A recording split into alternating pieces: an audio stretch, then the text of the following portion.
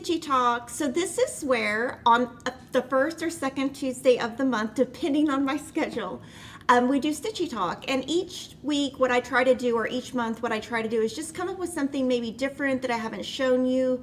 You can see a up close look at how I stitch, maybe learn a little bit. You can always ask a ton of questions.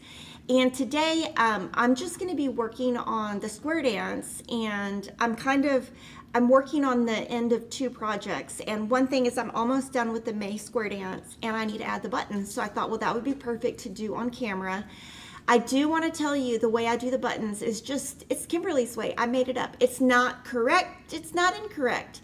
I'm sure some of you, because I do kind of do it a weird way, I think some of you are going to be like, that is not the right way.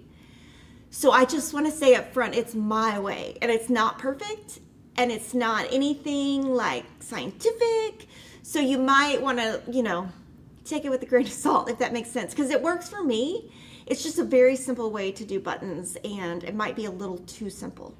So let's look at what we're working on today. This is my square dance piece. It is designed by Heart and Hand. And this is a set of 4 different patterns, and I'm doing all 12 of them one a month. So since it's May, I'm working on May's. I've already finished January, February, March, and April, and I'm going to be stitching today using Monaco. This is the tea-dyed Monaco. I am using the Kimberly's Square Dance Starter Thread Pack. Actually, it's not the Kimberly Square Dance Starter Thread Pack. It's just called Square Dance Starter Thread Pack, and I'm using all of the colors called for by Cecilia. The only thing I'm changing is the name of the month. I'm doing a different color. It's supposed to be in like the dark color, but I wanted it to be a little bit lighter. So I'm going to be using a Halo Go, this thing. This is like called the Omega 3.5 magnifier. You won't see it. It's just going to be in my line of sight so that I can actually see what I'm stitching. And I'm right here on the May. And so I'm going to move the pattern out of the way. And so I need to do May. So if you do May, you go this way. But then I need to go back up and do the A. So what I'm going to do is, this is 8 stitches down. I'm going to flip this upside down and stitch the opposite way, moving some of my bulk out of the way. And I'm going to stitch upside down because it is more efficient and I can go faster. And on this one, I just chose the green that's in the border, and you guys helped me choose that on, I think, last week's live stream. So my stitches go the same way if I turn it upside down. So sometimes I stitch upside down because it's going the same direction. So 5, 6, and I really have enjoyed working with the Monaco. Just feel like the stitches are so neat. So then I'm going to go back up, and all I have left is the letter A, Y, and then the buttons. And so we'll do the buttons, answer any questions.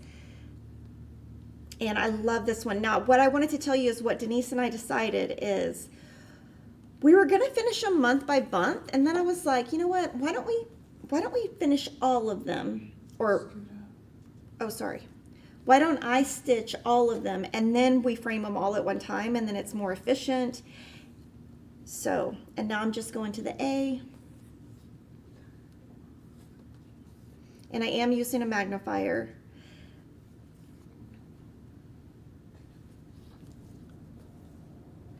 Okay, so then I'm going to go, now I need to go 1, 2, 3, 4, 6 down. But instead of doing individual stitches down, I'm going to flip it over and go this way. Now, I do want to tell you, sometimes when you stitch upside down, you go the wrong direction, and then you don't even have the right word, or you might go the wrong direction. So stitching upside down is great. You just have to be careful that you're really going the right direction.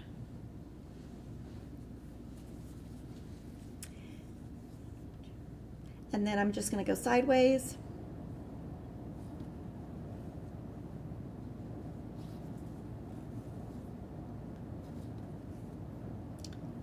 And then I'm going to go up.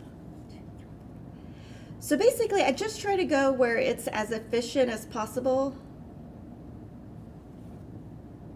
Okay, so let's see. It's not as easy to do on camera. And then one more stitch over. Now, what I think is good about this is now, I'm going to pull it up a little bit more. Okay, so now you can see I have half stitches here. So now all I have to do is recross the stitches. So what I like about doing half stitches like that is if I got all the way around and it didn't line up where it was supposed to be, when I pull out my stitches, it's just half stitches, it's not the full stitches. So then I'm just going to go backwards and just recross those stitches.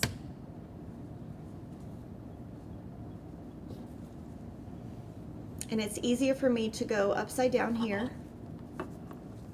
because it's easier for me since I'm right-handed to stitch from right to left. If you're left-handed, it might be easier a different way. And then tomorrow's live stream, we're going to do a Q&A. So if you have a question that you think of after this one, I can answer it tomorrow, and I'm going to show you what I've been working on. I almost have another word swap done. I might be able to finish it today. We'll see.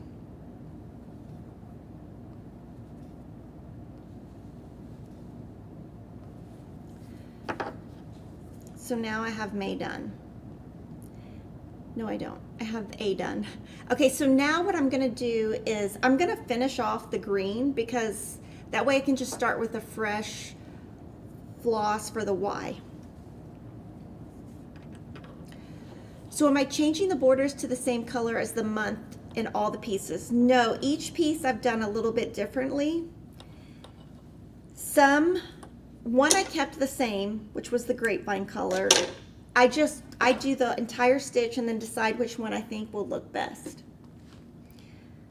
So here, the way that I take my floss off is I pull this one strand and then just use the other finger and pull. And then, so that it doesn't get tangled up, what I try to do is put this back in a loop. So like that, and then just put it to the side. I do the loop method where I put the two ends together. Now this is technically not what you're supposed to do with hand-dyed floss. Right now I'm using the Classic Colorworks, but I just like to do the loop method, so I do. Okay, so then I kind of squeeze those together and then hope it goes in the eye of the needle. And usually it does. Sometimes if I'm having a bad day, it doesn't. So I think the bottom of the Y is here. I'm going to put one stitch and then double check myself. So I'm going to do half stitch, go to the back, put this in the loop. Oh my goodness. Almost went too far. And then I try to make this in the middle. Okay. So it looks like I'm in the right spot. Now I'm going to count 1, 2, 3, 4, 5, 6, 7, 8. Okay.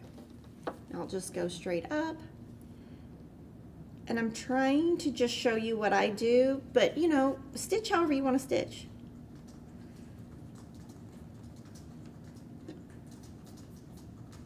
Okay, so that's 2,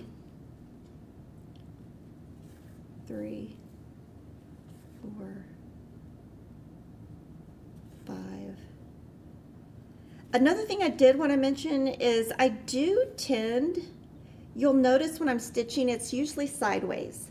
I don't stitch this way because I can't get my angle good. So it might be harder for you to see, but this is how I actually do this. And then my hand right here, it's always, my wrist is always sitting on something, because then I can move my hand, but if my wrist is steady, I can go faster. Okay, now I've got to do the Y. Let's see. So here, what I'm going to do is I'm just going to go up to the right, back to the left. You can really do this any way. There's not a right or wrong. These patterns, which are by Heart and Hand, only come in paper. They don't offer their patterns in PDF. So here, I need to go back here to stitch the next Y. So you could just drag your thread over, or I'm going to tuck this under 2 strands, pull it through, and then do the other 2. It'll just be neater.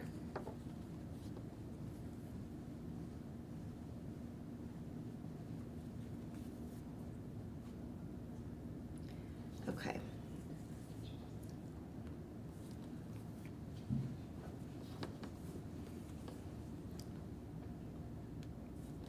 Okay, so now I'm just going to finish the bottom Y. Just do the half stitches, and then we'll do the buttons. So I think that's 8. 1, 2, 3. Oh, it's 7.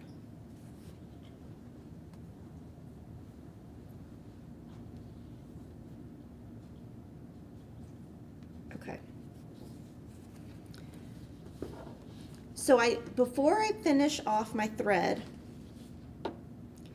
I just like to look to make sure everything looks like, you know, flat, that I don't have anything lumpy, that I haven't finished a cross. Because, you know, sometimes I do finish a last cross. So then I'm going to go back and I try to go under 4 or 5 stitches. 1, 2, 3, 4, I think. And then I pull this, and I'm just going to gently tug. I'm going to cut right at the end, and then we're going to talk about buttons. Okay, so here it's going to be a little bit, it might not be as in focus.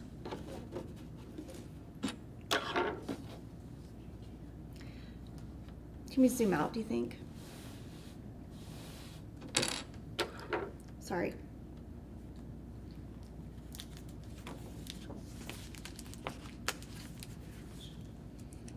Okay, so in your pattern, there are 9 buttons. So 3 for April, 3 for May, and 3 for June, because each of the patterns is a quarter, meaning 3. So what I like to do, this has a little sticky thing on it. So it will go back on the pattern, and I will show you how it goes back on. But what I like to do is get some type of container. Doesn't matter what it is, you know, it could be a ring holder. Anything that will contain your buttons, and then dump them all in.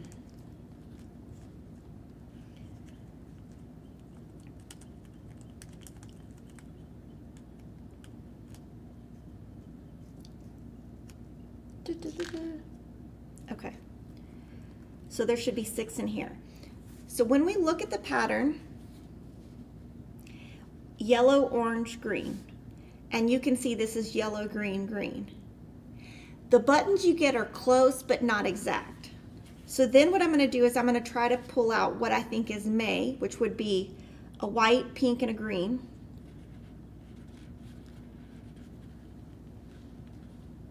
Well, I'm just going to pull these all out, actually. This is the worst part for me because I'm terrible at losing things. There should be 6. It went in the crease. So now I need to figure out what are which one of these should go in May and which one should go in June. So we can put this in May. And then this definitely would be June. This definitely would be June. And I'll put this in June. And I will keep these 3 for May. So like I said, it's pretty close. Now what I'm going to do is find the little, oh, my needle stuck to it. That is definitely something I would do. I'm going to put these back in.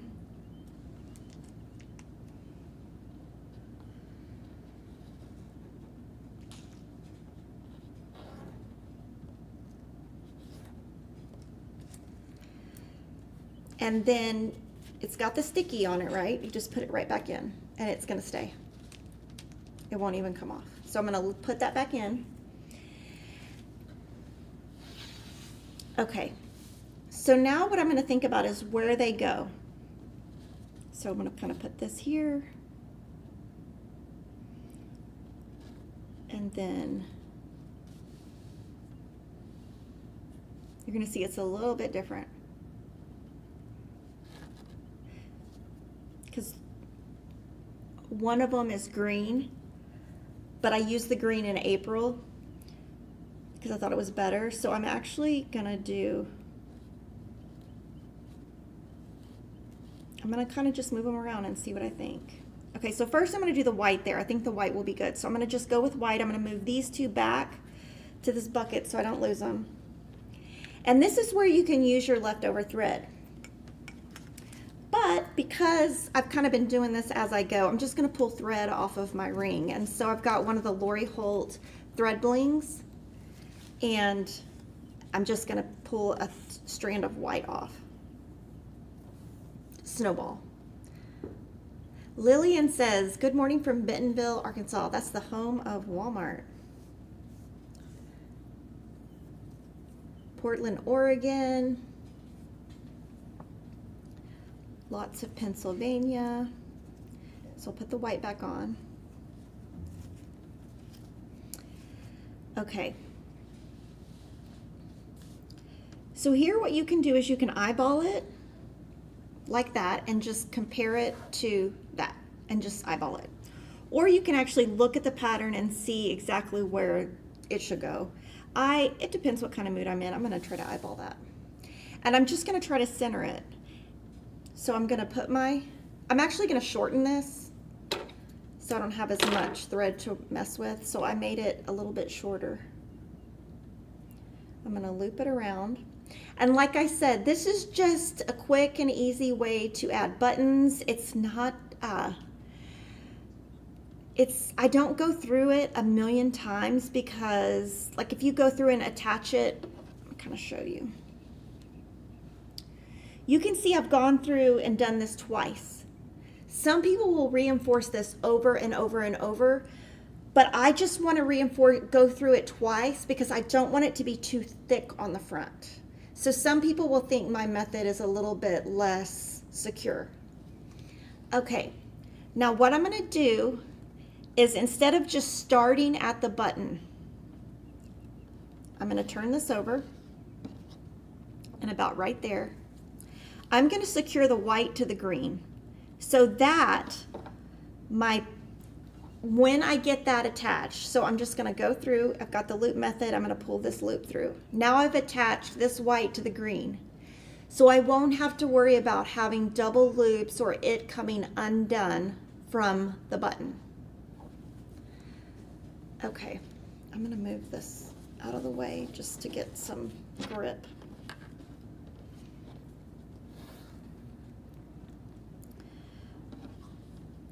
Okay, now here,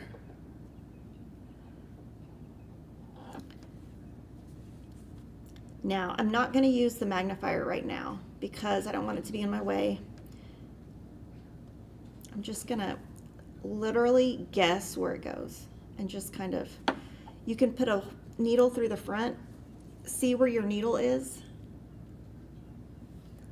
go in there.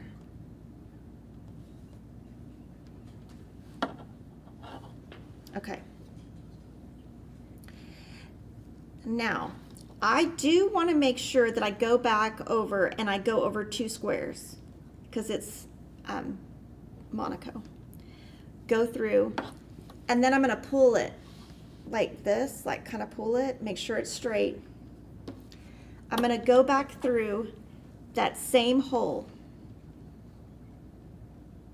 So back through here. Now here, if I hadn't secured this up here, it might, the loop from right here might start going back through my button. And you always want to make sure your thread is like very flat so it doesn't leave a bump. Go back through, make sure you're in that same hole, and then I'm going to run it through here a couple times. Pull it. You could also knot it a couple of times to keep it in place, but it looks really good. Yay! Okay, so one button done. That doesn't mean they're all going to go as good as this. Okay.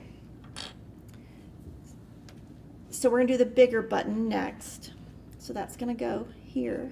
And I'm looking at the photo, like I'm kind of eyeballing the photo and just kind of keeping it. I mean, I'll keep it somewhat similar. I'll probably put it right there. Okay, so here, it doesn't tell you in the pattern, pick this color. You just pick one that's close. One thing I did want to mention, so I'm just going to find a pink that I think is closest. You know, that's a little dark. One thing I didn't mention is when I'm stitching, I stitch with a 28 needle. This is a Lori Holt 28 needle or a Bowen 28 needle. To be honest, I don't remember which one. Because I automatically use a 28, that has a thin eye, and so you can put your button on and your button is going to go through your hole. Now these are just another button company. The holes are big and wiggly. If you have a button or a bead that's super tiny, you might have to buy a beading needle. But the beading needles are so hard to thread. I think it's kind of just try to use what you have instead of going out and buying a beading needle. I feel like that's just a lot. So we've got a couple of, we got to pick one of these pinks. So I'm going to go with this one. This one's too light, and this one's too dark. And here, I already have on here a little piece that I saved.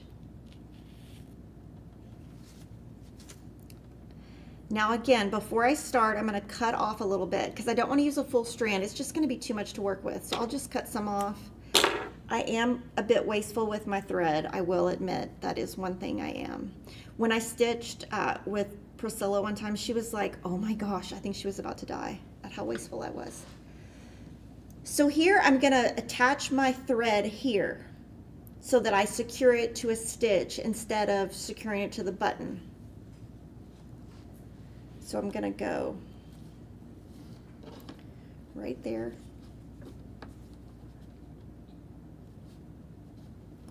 And since I'm using the loop method, you just do that. And now it's attached. And then D from Arizona says, I keep the buttonholes in the same direction as the others too. That's a great tip. So what I think she's saying is, like keep them all this way instead of this way. Or, I mean, I guess you could go diagonally. That's total personal preference, but I do the same thing, so I think that's a good tip.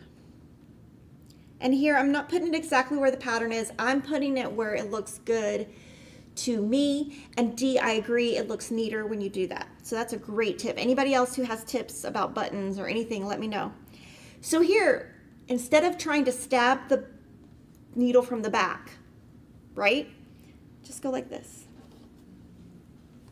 You know it's about right there. Put your needle in there. Pull this up. And then put your button on.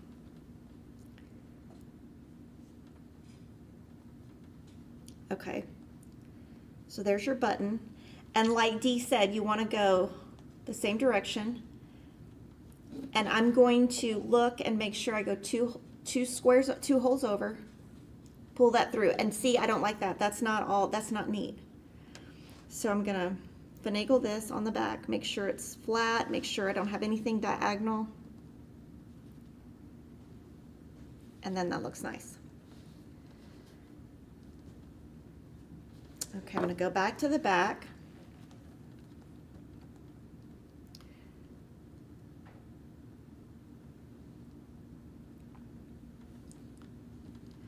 Go back in that same hole. It is important to go back in that same hole or your button will kind of like twist. Go back through. And I do try to make sure that my thread is pretty flat. If it's lumpy, it's gonna really show. So then I'm gonna go back in that same hole, go through the back and make sure I'm in that exact same hole as I was previously. And so now I've only gone through it twice. That might not be enough for all of you. Some of you might want to secure it a couple more times. That's all personal preference. When I do 3 or 4, it just starts looking bulky and I feel like the thread takes away from the button because it gets too busy. So then here, you could take this right here and tie this in a knot 3 times and cut it. That's one way to do it. What I prefer to do is do what I did earlier.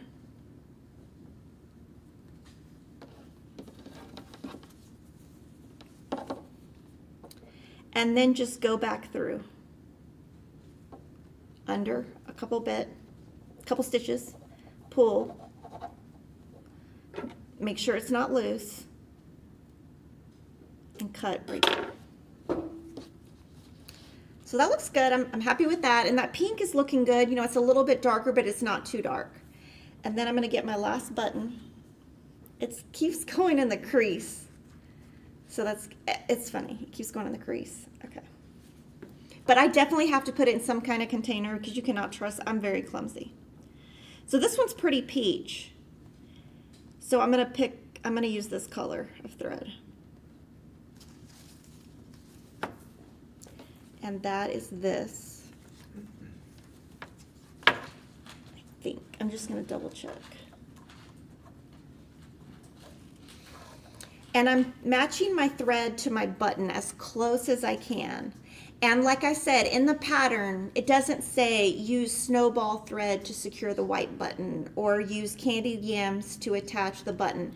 You just play it by ear, and also your buttons will be close, but they're not going to be exactly the same as the cover. So before you attach April's, you want to divide it out into April, May, June.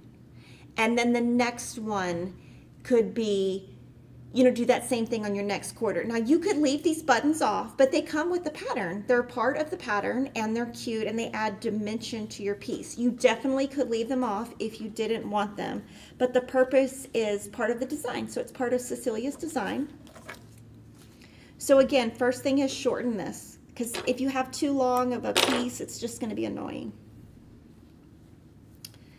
Okay, loop that around. And then let me know if you guys have any questions. Like I said, I just kind of came up with things, and it's not, I do realize that I don't do my buttons the way anybody else does. So I don't want anybody to say, you know, oh, this is not the correct way. So I'll just preface and say it's Kimberly's way. Okay, so here, kind of get it where you want. Might look a little better. Just try to get it. It fills the space, so just kind of get it where you want it. And this is good when you do buttons to do it on a flat surface. So when I do this, I try to not do this in my chair that I stitch in, or the buttons go everywhere. So I think it looks pretty good right there. So again, I'm just going to put this down. That's where it goes. Okay, go back through that same hole. So we sell these patterns, the Square Dance. They're sold, there's 4 total patterns for this series. Oh, my button just went right in my lap. Okay, that's great. We'll have to find the button. Here it is. I found it. I knew that was going to happen. Or at Fat Quarter Shop, we sell the set of 4 as a set. So you can buy them individually or as a set. And we do sell These buttons right here are by Just Another Button Company. And we sell these, but they're kind of just sold randomly. They're not sold in a pack just for this pattern. The ones for just this pattern just come this way. Now, one thing that I wanted to say here is first, I didn't attach it, so I got to start over. I got to attach it to a color. But this button is skinnier, meaning the distance between the buttons, that's about 2 stitches. This one is only 1. So I'm going to go through the back, and then I did want to point out there is a front and a back to the buttons. The front has a rounder edge, and then if you go to the back, it's very flat, and it's a clear difference. So I'm going to go through there.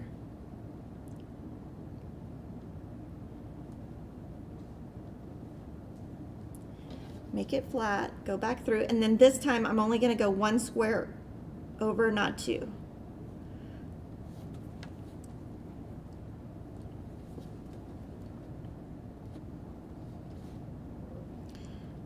Just kind of twist it, make it, the smaller buttons are harder to get straight. And Just Another Button Company, they have a ton of buttons. They have hand-dyed buttons, they have clay buttons, they have all kinds of buttons, and we sell a ton of them. And I actually have jars of their buttons at home, so if I needed to, I could find a different one if I wanted a different one. And here I'm adding a little bit of pressure just to make sure it's all the way through. Okay, then I'm going to go back through here. Pull. And then I'm going to have a lot of waste. I did want to point that out. There's going to be a lot of waste. So if you're working with a project and you're there, keep all your leftover threads. I couldn't do that because I obviously am working on this like at home, at work, at dance, at whatever, wherever I am. But you could always put like a little baggie with all your threads if you don't want to waste. And then from here, the next thing I'm going to do, let's zoom out a little bit. I'm going to put the leftover green back on so I don't lose it.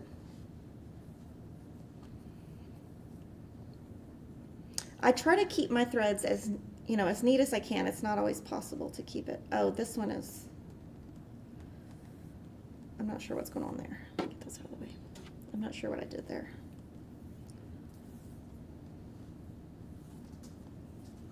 Okay, put this back on my ring. And so I just put it next to the other ones, and then I can just grab from that first. Then what I'm going to do is I have this needle that I've been using probably since the January. I'm going to pull out the rest of my pieces, and some already have needles, some don't, but I'm just going to put a needle here.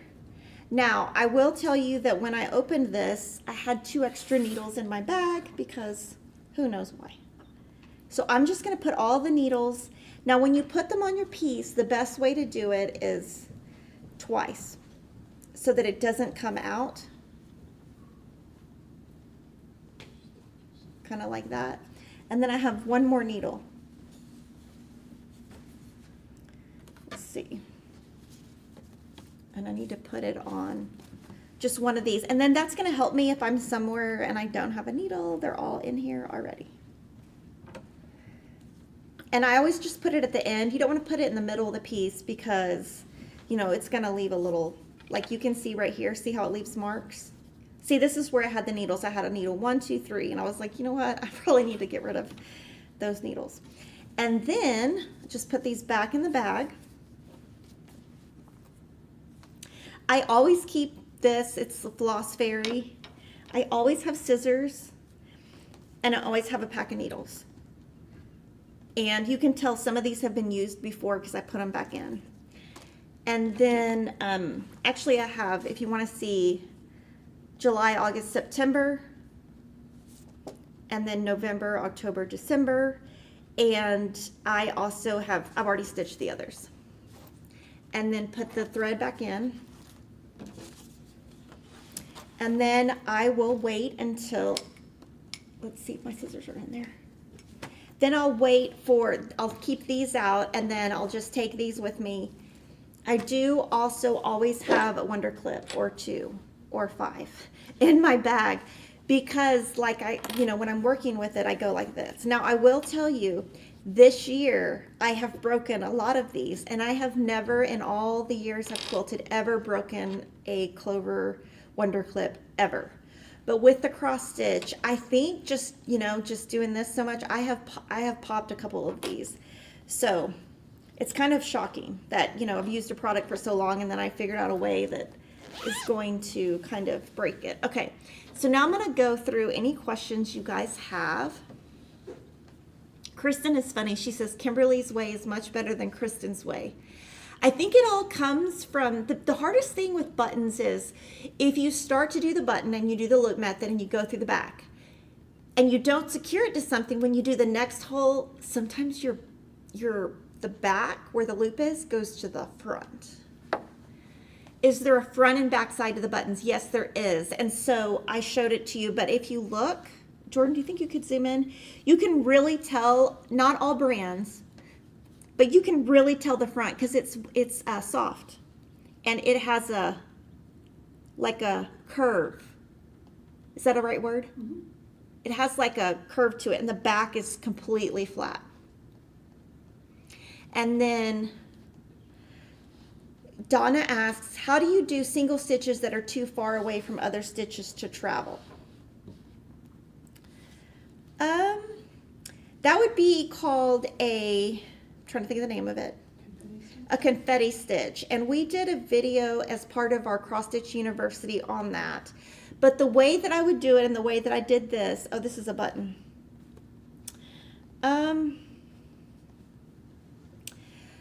I would probably, I could do it real quick and just show you what I would do. Might not be the exact way. So I'm just going to do a little stitch right here. Like, just say it's one stitch, just a confetti stitch. Just one stitch. Now, this is probably not, this is my way. This is not technically the correct way. You have some in this one. Okay, Denise says I have some in here. So right here, if you look right here, there's the blue and just the yellow. So on that one, I did the blue, then I came back with the yellow and then tucked the yellow in here. Now this green right here, I did the green, but I didn't just like do it like a confetti. I pulled the green back through here. I can show you how you can do it singularly where you knot it in the back. This is generally what I will do is I will drag it and secure it. I think this is a more secure method than what I'm going to show you right now. It'll just give you some options. Okay, I'm going to take this needle off of here. I have needles everywhere. It should be like the needle factory. They're everywhere.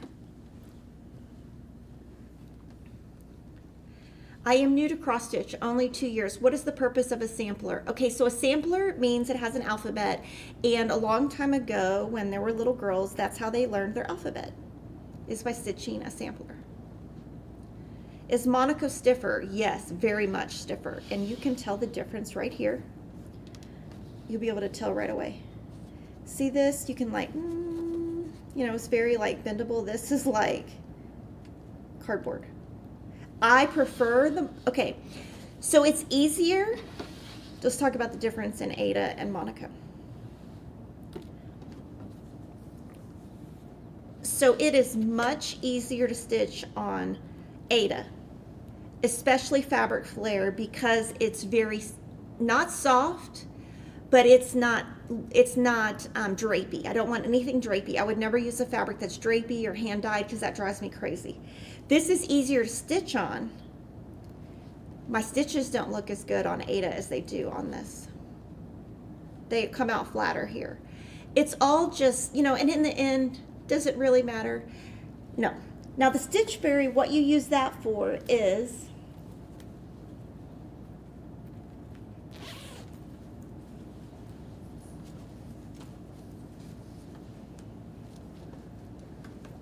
okay.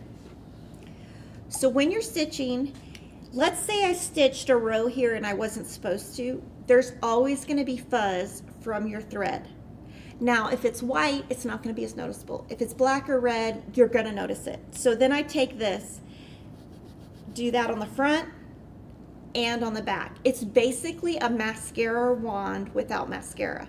But it's a lint brush, and it's not going to damage your fabric in any way because it's soft enough to pull. And then you can also kind of do this if you don't want to do this. Kimberly's Needle Factory, that would be a cute pattern. Yeah. Okay, so now I'm going to show you a confetti stitch. If it's, and I'm just going to show you an option. Now this is not the really way. This is not the real. This is something I've done before. It's probably not the exact way. Let's just do one stitch. Now, if I'm going to do one stitch, I'm always going to do the loop method because there's no reason to have a tail when you have nothing to go back over it.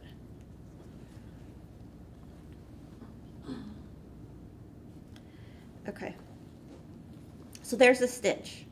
Now I have nothing else around it to secure it to like I would here. So I'm going to go to the back and I'm going to show you what I would do. You have a little bit, you know, a little bit of stuff there. So I'm just going to go through once, go through the other way. So basically horizontal, vertical, horizontal. Go back again.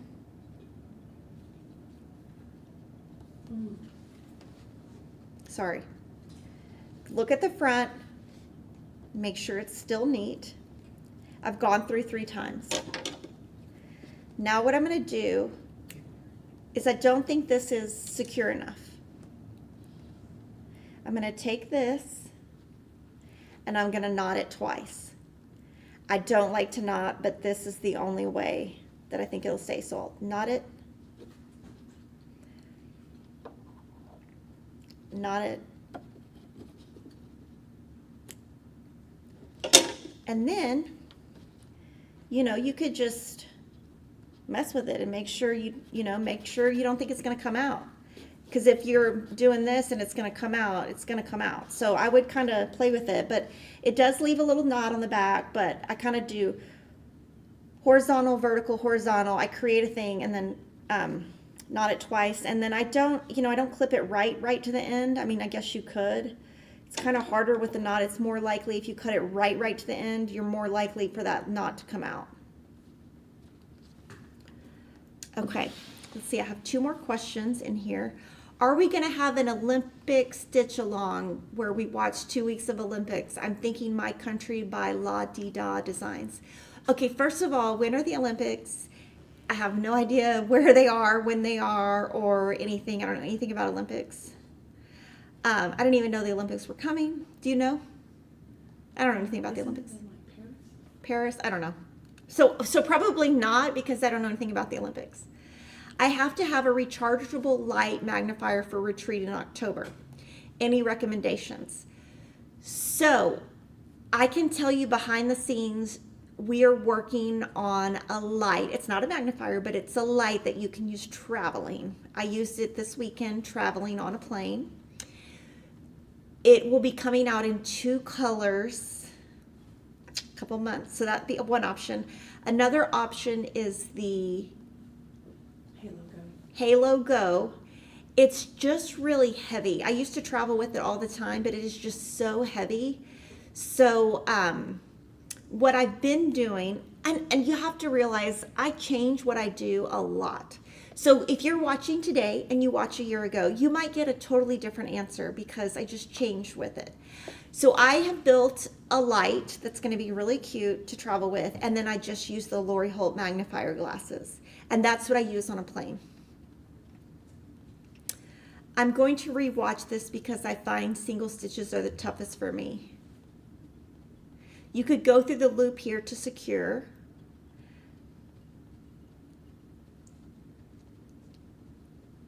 I'm enjoying stitching on 25 count Lugana. I picked up a piece from Hobby to test.